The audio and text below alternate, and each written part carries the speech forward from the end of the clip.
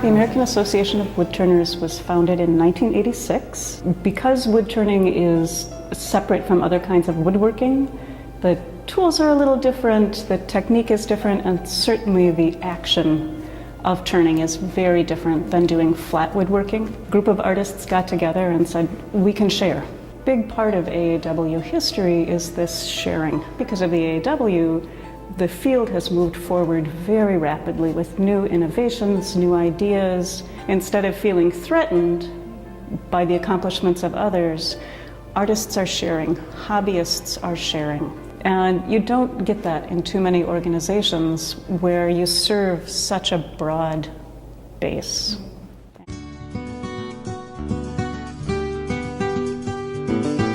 Wood is kind of an international language, and our shows tend to be international.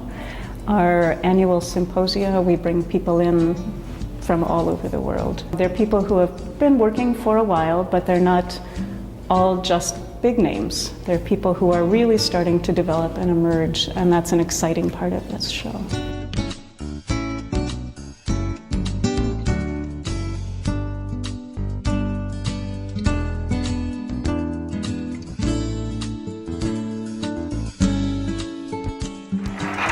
Made in action.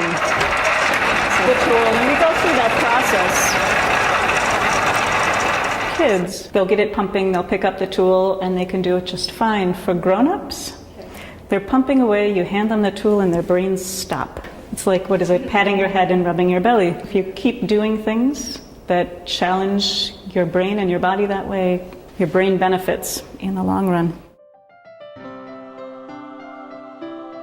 We want people to try it. It's an incredibly satisfying activity. When you're starting to learn it, you can learn very quickly at the beginning. So you can walk out of your first lesson with something. Often the artists will start to work with each other. They'll take one piece, someone will do one part, someone will do another. And this is a collaboration between Benoit Eberly, who's another French turner, and Kimberly Winkle, who's an American turner. And they work together by email.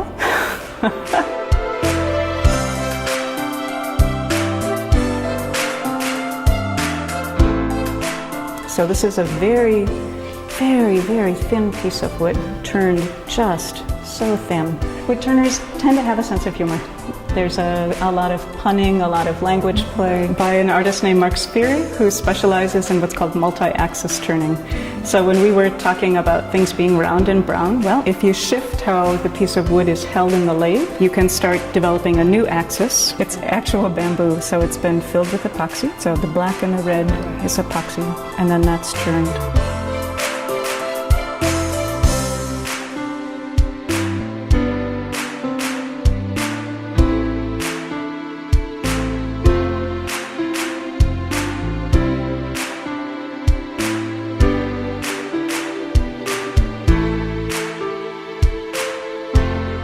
People love to see process, and they also love the smell of the wood. When people walk into the gallery, it's sort of, there are two possible responses. One is, I had no idea you could do this with wood. And the other one is, it smells so good in here. I came in as a part-time employee.